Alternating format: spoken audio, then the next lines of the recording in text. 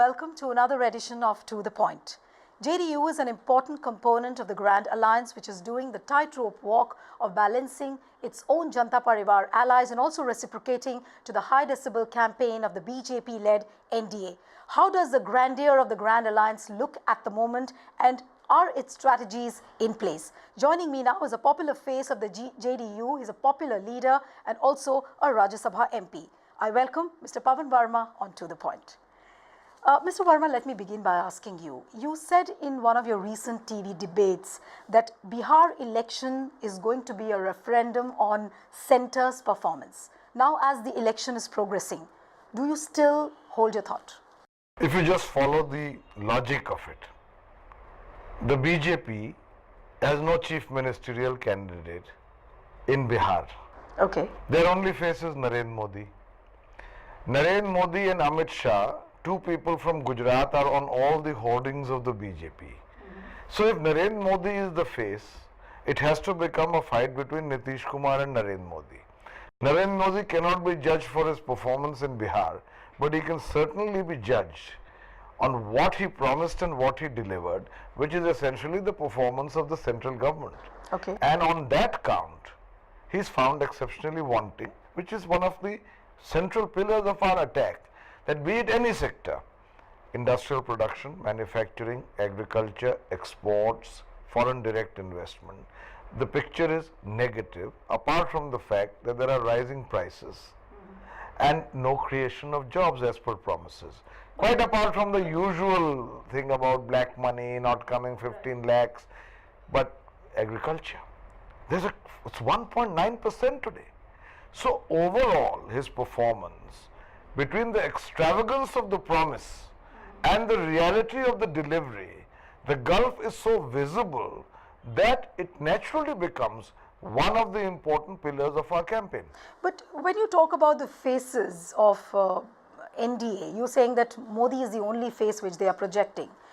But when we see the JDU campaign, when we see the Grand Alliance campaign, you only have Nitish Kumar's face on the posters which are plastered across the cities in Bihar.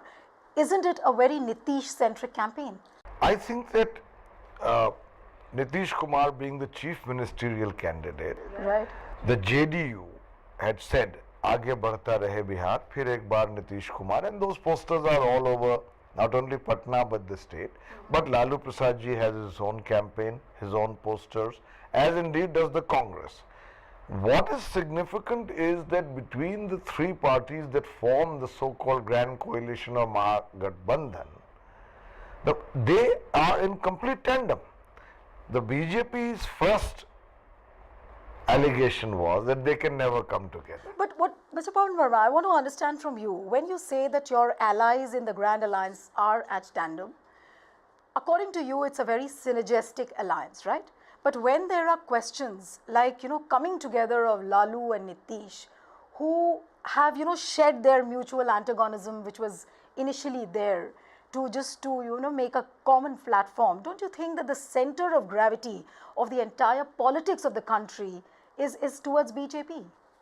My personal reaction to what you're saying is right, that there was a period 10 years ago when Nitish ji fought against the excesses, quote unquote, of the then RJD government of Lalu Prasad.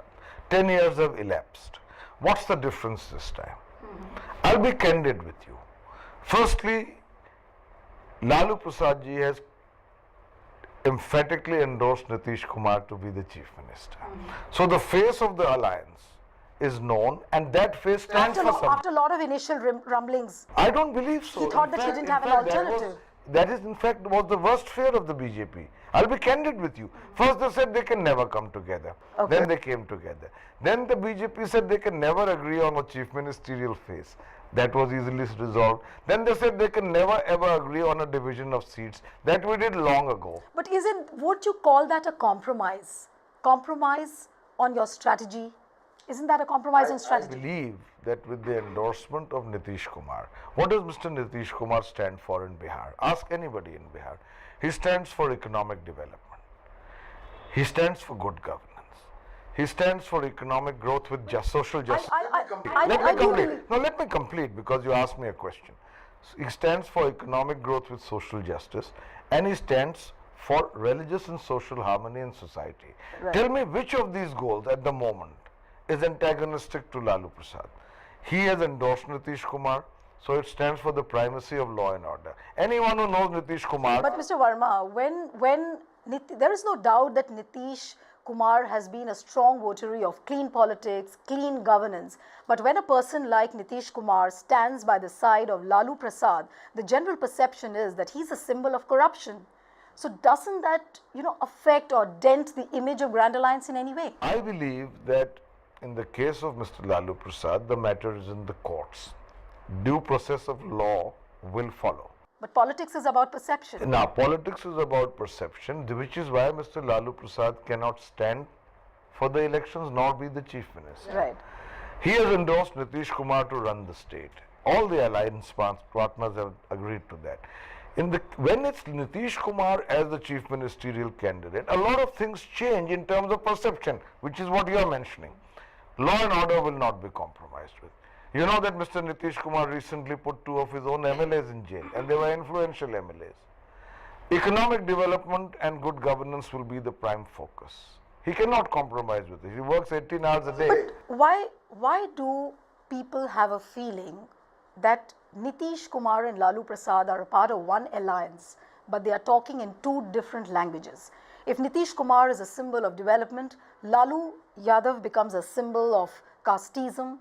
He talks about caste arithmetic. He talks about a matrix, which is very difficult for the people to absorb at the time. I'll tell you what they both stand for, as I understand Yes.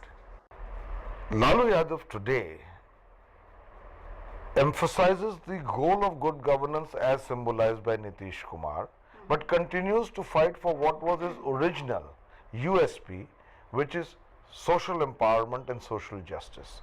So there are 2 sides of the same coin. By the way, it was Nitish Kumar who in his 9 years of rule coined the basic target of the government as growth with justice, Nyay ke saath vikas, which means that the fruits of economic development must reach the poorest of the poor as a matter of conscious policy, planning and administration. But when you talk about Nyay with Vikas, you have to reach out to that 32% EBC vote. Now let's analyze the vote bank. Let's analyze the vote bank now.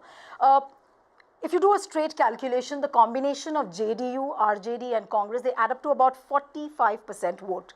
It's an unbeatable combination. It looks like an unbeatable combination. But what happens in a scenario if the vote is split? What do you do? How are you really strategizing if that vote is split? Like what we saw during the Lok Sabha elections, that the votes of the Mahadalits or the EBCs, which actually drifted towards BJP. What you saw in the 2014 elections, the narrative of history must be correct. Okay. What you saw in the 2014 elections was, on the one hand, Prime Minister Narendra Modi, at that time the Prime Minister nominee, coming literally on a white steed like a Prince Charming, with the most effective campaign democratic history of India has seen, with 10 years of anti-incumbency against UPA for a parliamentary election. And on the other hand, you saw a completely divided opposition. And even then, the BJP managed to scrape through with just a few percentage points on each seat and won only 22 out of 40. Okay. Now, what has changed today? First of all, the sheen of Mr. Narendra Modi that has weighed out. It certainly got diluted. This time, the index of opposition unity has increased. So, the vote division is not taking place. And therefore, the scenarios are totally different. You're talking about an interesting pattern, which I'm going to talk about it now. When we saw the elections in Maharashtra, Jharkhand and Haryana, people said that, that election was almost nationalized because Narendra Modi, was campaigning for that election.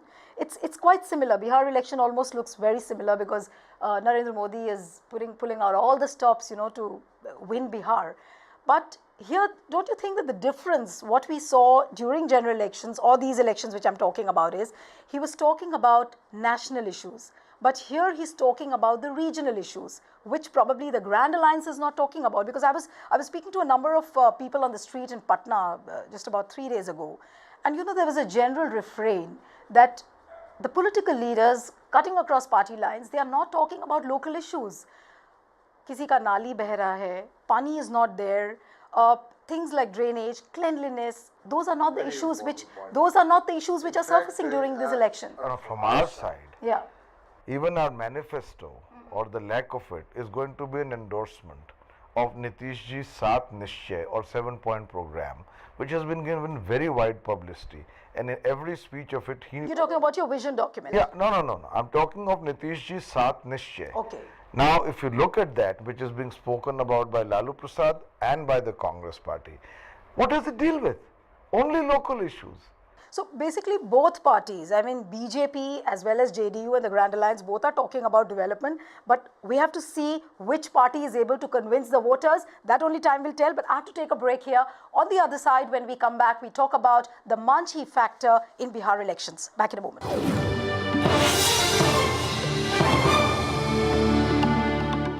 Welcome back. You're watching To The Point with JDU leader Pavan Varma. Mr. Varma, now let's talk about the Manjhi factor.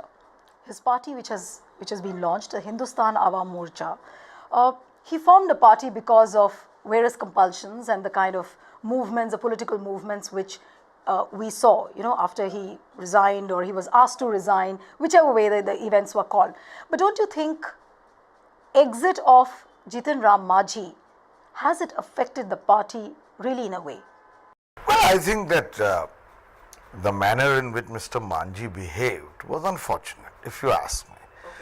Okay. Nitish Kumar has done it in the past also, taking moral responsibility to resign. He did it after a train accident as Minister of Railways. Right. He said that after the defeat of the party in the parliamentary elections, he must accept as the leader the moral responsibility. Right. And he resigned. And he made one of his colleagues in the cabinet, who also happened to belong to the Mahadalit class, the Musahar community, as the chief minister. They've been colleagues for very long. He did it with full trust and faith in Mr. Manjhi. What happened? Within 4 months, Mr. Manjhi, instead of being with Mr. Nitish Kumar, had completely shifted his allegiance to the BJP. Okay. And actually it was a situation of complete betrayal. And the same BJP, which was so vituperatively critical of Mr. Manjhi when he became chief minister, the moment he shifted allegiance, they began to praise him as a Mahadalit leader. I've never seen a bigger demonstration of opportunistic politics. Now, what is the impact of it? I think Mr. Manjhi has a certain following among a certain community of the... When he resigned and the events which took in turn, don't you think that emotionally and politically, somewhere down the line, it degraded the political graph of Nitish Kumar somewhere? Because there was a perception like that. In fact, it degraded it sort of highlighted the opportunistic politics of the BJP. Mr. Nitish Kumar, I want to say this on record to you. Okay. After he made Mr. Manjhi the chief minister, he did not interfere one day in his functioning. In fact, it became a joke in Bihar that he would be told that things are going wrong. Was he made the chief minister? My dear, I have not completed an answer. Give me 10 seconds at least to do so. Okay, go ahead, Mr. In fact, there was a joke that things are going wrong and Mr. Nitish Kumar is the absolute leader or the leader of the party and it was his nominee. And he'd say, no, now he's the chief minister, I will not interfere. He did not interfere. He trusted him. But you tell me that in 4 months the BJP works to take Mr. Manjhi on their side, promising him I don't know what, and an incumbent chief minister nominated of a party actually shifts his allegiance to the opponent's camp. It's an untenable situation for the JDU. Okay. That is why Mr. Nitish Kumar had to come back. How many times he tried to counsel Mr. Manjhi? I know that by just telling him. But there was a perception, sir, when Jitin Ram Manjhi was made the chief minister, people thought that during general elections, the way the EBC vote had drifted towards BJP, that was the reason. It was like an awakening hour for Nitish Kumar. And he realized that, that vote bank was slipping out of his hand. And that is when he realized that Jitin Ram Manjhi was the Mahadalit leader who was supposed to take the throne. A short answer. Okay.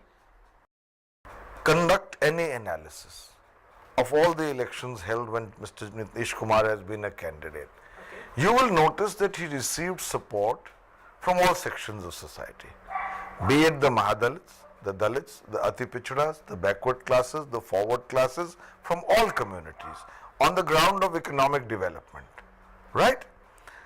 What happened in 2014 parliamentary elections? There was a kind of mini wave in favor of Mr. Narendra Modi as a result of 10 years of UPA's rule and the anti-incumbency factor, which I explained to you. So it cut across all caste lines. Even then, look at the surprising factor in this. The opposition was divided. Had it been together, it would have got more percentage votes than the BJP. And its allies put together. That's the amazing thing, even in this situation. So, the EBCs and the Mahadalits and the Dalits, you must understand one thing very important. You talk to any Mahadalit today, I challenge you. You talk to any Ati Pichhda today in Bihar, he will say that Nitish Kumar has worked for us. You talk to the poor among the minorities, he will say he has worked for us. He has given us dividends which we would not otherwise have got. Mr. Varma, I'll honestly share with you, in one of the villages, what people told me. And they said that there is no denying the fact that Nitish Kumar did not work for the upliftment of the Ati Pichhdas. But what they have not liked is the way a Mahadalit leader was shooed out of the Chief Minister's chair. Well, the Ati Pichhdas and the Mahadalits are an entirely different category. The Mahadalits are not the Ati Pichhdas. The Ati Pichhdas consists of an amorphous group which has below socially the backward classes, which constitutes about 24-25% of the population and consists of 57 castes. But is this perception? But therefore, you must talk about the Mahadalits. The Mahadalit is also not a monolith in Bihar. I'm sorry I have to talk on these lines because essentially our essential goal is the all-round and holistic development of Bihar. But sir, this is the biggest irony. This is the biggest irony of this election. But tell me, in Karnataka you have elections. Do you have Vokalegas and Lingayats? Come on, let's not say that it's peculiar to Bihar. Any state you go to and you will see the caste factor. Now, caste factor, when it's linked to social justice, it becomes different. What is the difference among the Mahadalit vote? The community from which Mr. Manji comes is one segment of the Mahadalit vote. There are other segments, and all of them, including Musahar, say that in his 9 years of rule, what Mr. Nitish Kumar has done for us, no other chief minister has done. We've got scholarships, land has been given to us, schemes of employment have been given to us. But how are you really consolidating this, the EBC vote bank? 32% is not a small number. And the pattern which we saw in the Lok Sabha elections, how are you really ensuring that it will remain consolidated, its loyalty will remain with Grand Alliance? Because the NDA is strong. My view is that the real problem of the BJP, I'm not talking of partisan politics now, but the real problem on the ground for the BJP is that it's essentially a party of the upper caste. Okay. And that bias shows. If you look at the seats given by the BJP, you will see how many candidates, more than any other party by miles, have been given to people of upper caste. Now the upper caste constitute only 12% of Bihar. So now you have to try and broad base that alliance in some way. But where you are going to find support are the natural constituencies of Mr. Lalu Prasad, Mr. Nitish Kumar, and to a great extent of the Congress as well. Meera Kumar is there right now, canvassing because she comes from that class. But talking about Congress in Grand Alliance, it's really mesmerizing, to just talk about it, the way you have latched on to Congress as well. You know the image which Congress has had. I disagree to the word latched on. An alliance is made when parties willingly agree to work together. I'll tell you exactly why I use that word. Because you have RJD on one hand, you've given 100 seats to RJD, 100 seats is with JDU, and then there is a perception that Congress is there in the alliance to do the spoiling act for the NDA. Would you agree with this perception? Let me tell you that 40 seats have been given to the Congress on an assessment of a fair division of the seats. And it's not as if the Congress has never had any vote base in Bihar. Until 1990, it used to be a Congress government always. The Congress Which has been shrinking. Yes, but Congress has its traditional supporters. And we believe that on the seats the Congress is fighting, it has a good chance of winning, with the support naturally of the RJD and JDU, just like we will have the Congress party supporters support in our constituency.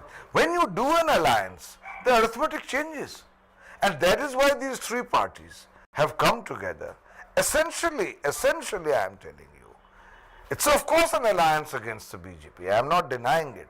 But the subterranean text of this alliance is good governance with a difference where social justice comes in, and an atmosphere of religious and social harmony, respect for all faiths, and respect for the composite and plural identity of India.